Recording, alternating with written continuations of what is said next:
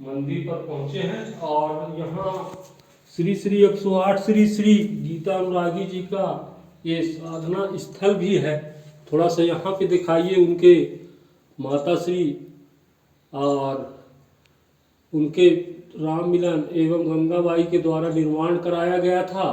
ये आप देख लीजिए और इसके बाद मैं आपको दृश्य, आप ये आइए और ये देखिए आप जो लिखे हुए हैं और ये गंगाजी जी के ये इधर दिखाइए आप। और मैं तो कहूँगा थोड़ा सा यहाँ भी आप श्लोक देख सकते हैं। और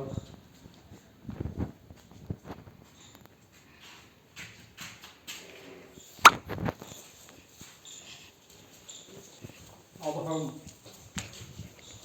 आज श्री श्री 108 श्री श्री गीता अनुरागी जी से कुछ चर्चाएं करेंगे उनके।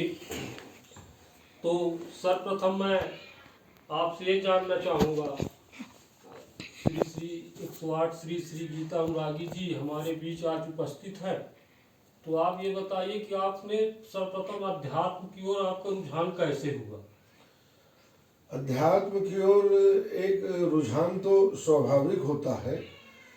ये अंतःकरण से एक भावना हर व्यक्ति में रहती है, पर उसको पकड़ पाना या उसकी अनुभूति कर पाना एक अवश्य विशेष पल हुआ करता है। और इसके लिए तो मैं अपनी माँ को ही ये कहूँगा कि उसकी प्रार्थना में जो है, जो भगवान से वो पूजा करके जब कोई वो प्रार्थना करती थी, तो वो उसके एक शब्द मेरे बचपन से आज भी गूंज रहे हैं कि महाराज सबकी रक्षा करना, इसके बाद मेरे बच्चों की रक्षा करना। ये शब्द उसके जो हैं मेरे बचपन से आज भी गूंज रहे हैं और इसका प्रभाव निश्चित रूप से मेरे इस आध्यात्मिक पथ में पड़ा हुआ है।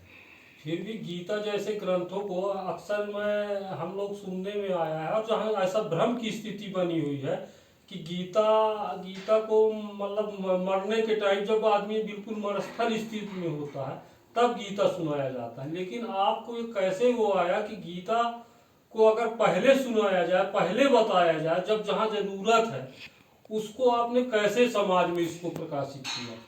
ये हमारे भारतीय संस्कृति और समाज की एक सबसे बड़ी भ्रांति थी। अब इसको किसने फैलाया कि मरते समय इसको पढ़ना चाहिए, जबकि गीता को पढ़ने वालों ने काफ़ी पढ़ा भी है, काफ़ी टीकाएँ हैं। सारी दुनिया में सबसे ज़्यादा टीका की गई हैं तो श्रीमद् भगवद गीता में ही है। उसमें तो स्पष्ट लिखा हुआ है कि यह तैर जिता सर्वो येषाम साम्ये स्थितम मनः। अर्जुन, मैं तुम्हें जीते जी जीवन मुक्त करने का पथ दिखा रहा हूँ।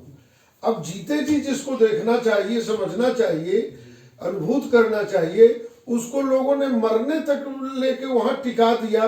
इसमें ये हमारे भारतीय सनातन परंपरा में जिसके द्वारा ये किया गया, ये बहुत भटकाव ला दिया उसने और भ्रांति पैदा कर दी कि मृत्यु के समय गीता सुननी चाहिए। ये अब तो परसों क्या कहते हैं, मोक्षदा एकादशी है, गीता जयंती है और आपका यहाँ आना मुझे बहुत अच्छा लगा। और इससे एक बात होगी कि 14 दिसंबर को इस वर्ष पड़ रहा है।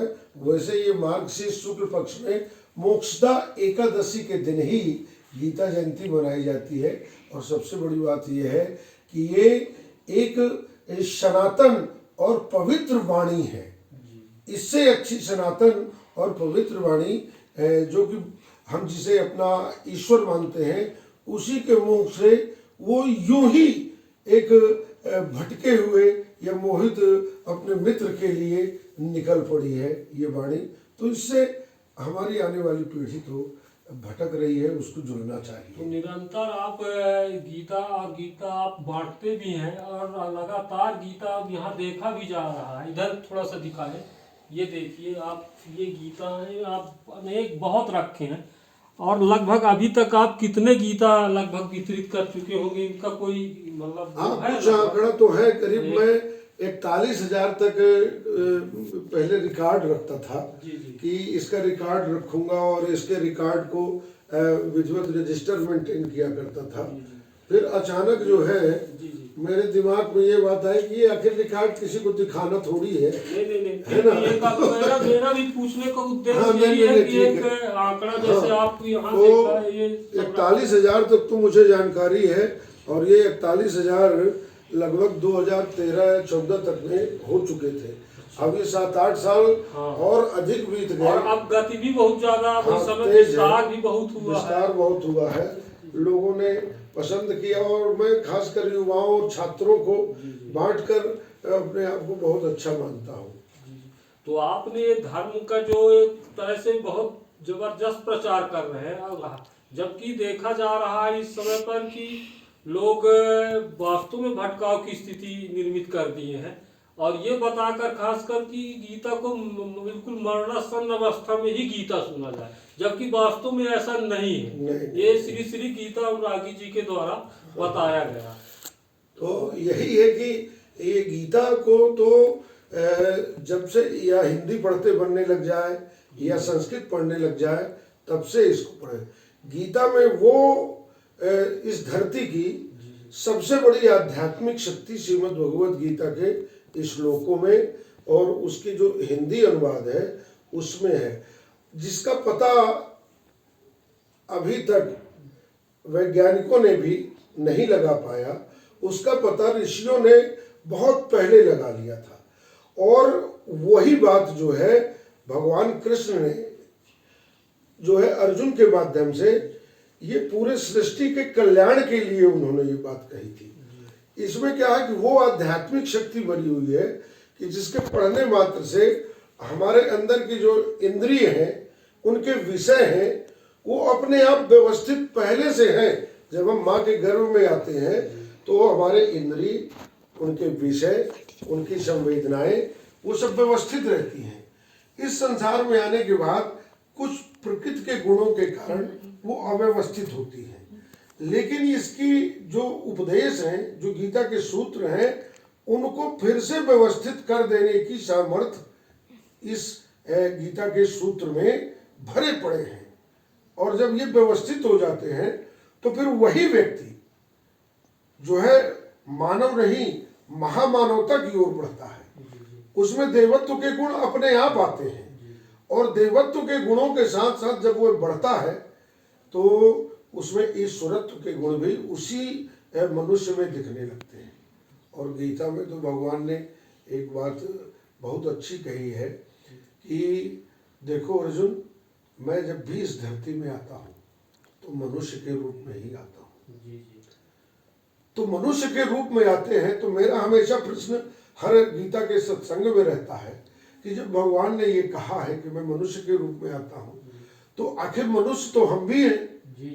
मैं ये प्रश्न कभी कभी करता हूँ कि कहीं मैं उस ईश्वरत्व को लेके तो नहीं आया, और यदि ईश्वरत्व को लेके आया हूँ तो उन ईश्वरत्व के गुणों को मैं अपने अंदर झांकूं, तो वास्तव में यदि झांके तो वो ईश्वरत्व के गुण प्रत्येक मनुष्य में पूरे पाए जाते हैं। अब यह है कि वो उनका उपयोग कर पाता है कि नहीं कर पाता है, यही एक संस्कार की बात बन जाती है। तो और ये जैसे अभी आप गीता धाम कटकोना एक मंदिर है, वहाँ से भी आप जुड़े रहे, और श्री श्री 108 श्री श्री स्वर्गीय सच्चिदानंद जी से आप बहुत करीब भी रहे। तो अभी गीता जयंती भी है, तो उसकी क्या तैयारी चल रही है अभी इसके बाद? हाँ, ये तो वो मेरे सदगुरुदेव भगवान हैं, और ब्रह्मलीन स्वामी सच्चिदानंद सरस्वती एक परिव्राजक और वीतराग परमहंस सन्यासी रहे।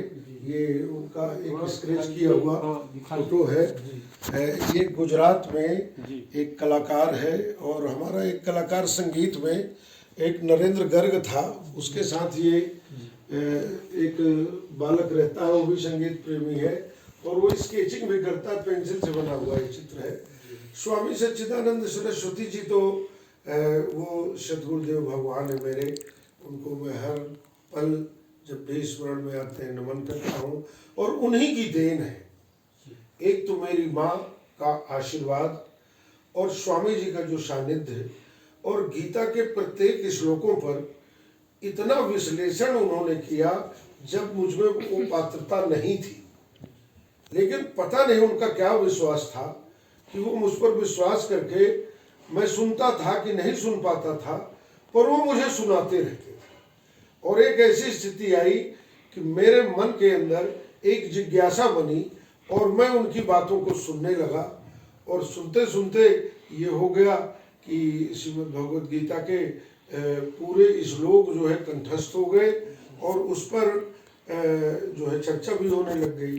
और सबसे बड़ा श्रेय इस समाज में जो कार्यक्रम मेरे चलते रहते हैं उन्हीं का है। जब उन्हें कभी बुलाया जाता था तो वो अपनी अवस्था से, चूंकि वृद्धावस्था में आ चुके थे, तो वो हमें भेज देते थे और हमें वो बैठा देते थे, जबकि उस समय पर हमें इतनी काबिलियत नहीं थी, न इतनी क्षमता थी कि हम उस मंच में बैठ के गीता पर कुछ बोल सकें। पर उनका विश्वास जो था वो हमें आध्यात्मिक शक्ति देने लगा और बोलने लगे और लोगों को पसंद आया और लोग बुलाते रहे। वैसे भी गीता के सूत्रों पर लोगों का रुझान कम रहता है, फिर भी गीता धाम जो मानव कल्याण आश्रम कटकोना में स्थापित किए स्वामी जी, वो एक मध्य प्रदेश के, देश के हृदय स्थल मध्य प्रदेश में और मध्य प्रदेश के इस शहडोल जिले में उन्होंने पंचम धाम के नाम से इसको स्थापित किया। जैसे आदि शंकराचार्य भगवान ने चारों धामों में एक स्थापना की धर्म के मठों की, बिल्कुल उसी तरीके से उन्हीं के अनुयायी थे। वो वीतराग परिव्राजक थे, सन्यासी थे, वो एक जगह कहीं रुकते नहीं थे। वो तो वृद्धावस्था में आके यहाँ पर एक आश्रम डाल दिया लोगों के कहने पर, फिर भी वो लगातार किसी एक ही स्थान पर नहीं रहते थे। तो ये उनकी देन है। श्रीमद् भगवद गीता उनकी इच्छा थी।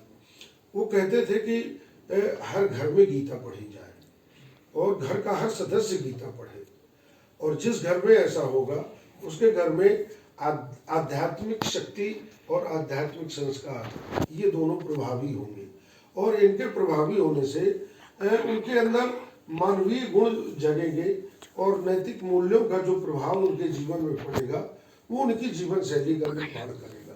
तो उन्हीं के आज्ञा का पालन करते हुए इसमें कुछ सहयोगी मिले, जो जैसे निरंजन जी है, वो हमारे साथ काम करते रहते हैं। और ये जो पूर्व विधायक छोटेलाल सरावगी जो धर्मानुरागी है, वो आश्रम के भी संरक्षक हैं और मेरे बहुत अच्छे मित्र और बहुत अच्छे मेरा मार्गदर्शक के रूप में भी उन्होंने अपनी भूमिका निभाई है। और श्रीमद् भगवद गीता की प्रतियां पहले मैं अपने वेतन से खर्च करता था। ये करीब 1999 से 98 से ये प्रारंभ हुआ, तो करीब 10-12 साल तक वेतन से ही चलता रहा। फिर बाद में योगेश्वर कृष्ण की कुछ ऐसी इच्छा बनी कि वो गीता की प्रतियां उपलब्ध कराने के लिए सद्बुद्धि लोगों को दिए। जैसे सरावगी जी जो है, छोटेलाल सरावगी जी, वो हमें 500 गीता हर वर्ष देते हैं। हमारे एक प्राचार्य निगम जी हैं, वो भी हमको करीब 200-250 गीता देते हैं हर वर्ष।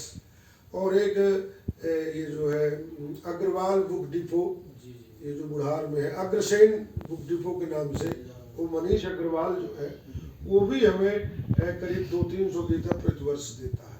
और बहुत लोग ऐसे हैं, गणेश प्रसाद सेठिया जी जो अब नहीं रह गए, हमारे बहुत सियाने आध्यात्मिक मित्र रहे, उम्र में तो हमसे करीब 1.5 गुना ज़्यादा थे, पर वो गीता से इतने प्रभावित हुए कि वो गीता पर बहुत सहयोग किए और एक मुश्त राशि उन्होंने 51,000 हमें दी। उसके ब्याज से भी कुछ हम गीता की प्रतियां खरीदते हैं और लोगों को निःशुल्क उपलब्ध कराते हैं। और यही है कि गीता जयंती उसमें, जैसे मैं कल उसमें सोशल मीडिया में एक साहित्यकारों से, कवियों से, रचनाकारों से समाचार पत्रों के स्तंभकारों से और आप जैसे युवाओं से भी एक आग्रह किया था, निवेदन किया था कि सभी लोग इस श्रीमद् भगवद गीता के बारे में, जो गीता जयंती है उसके बारे में अपने अपने विचार लोगों के बीच में लाएं और गीता जयंती बड़े धूमधाम से मनाई जाए, हर घर में मनाई जाए। और इसमें भौतिक संसाधनों का यदि अभाव है हमारे पास तो बिल्कुल निराश नहीं होना है। यदि हम अपने अपने घर में ही गीता जयंती मना लें, गीता का पूजा कर लें, गीता की आरती कर लें और योगेश्वर कृष्ण और अर्जुन के स्वरूप को देख लें और केवल आरती कर लें और लोगों से चर्चा कर लें, गीता के बारे में बच्चों को बिठा लें, उनको भी कुछ सुना दें, उनसे कुछ सुन लें, तो ये बहुत बड़ा गीता जयंती का जो महोत्सव है ये बड़ा प्रभावी होगा। और जैसे आजकल कोई भी नैतिक मूल्यों की यदि स्थापना करनी है तो उसके लिए पहले भय पैदा किया जाता है कि ऐसा काम न करने से दंड मिलेगा।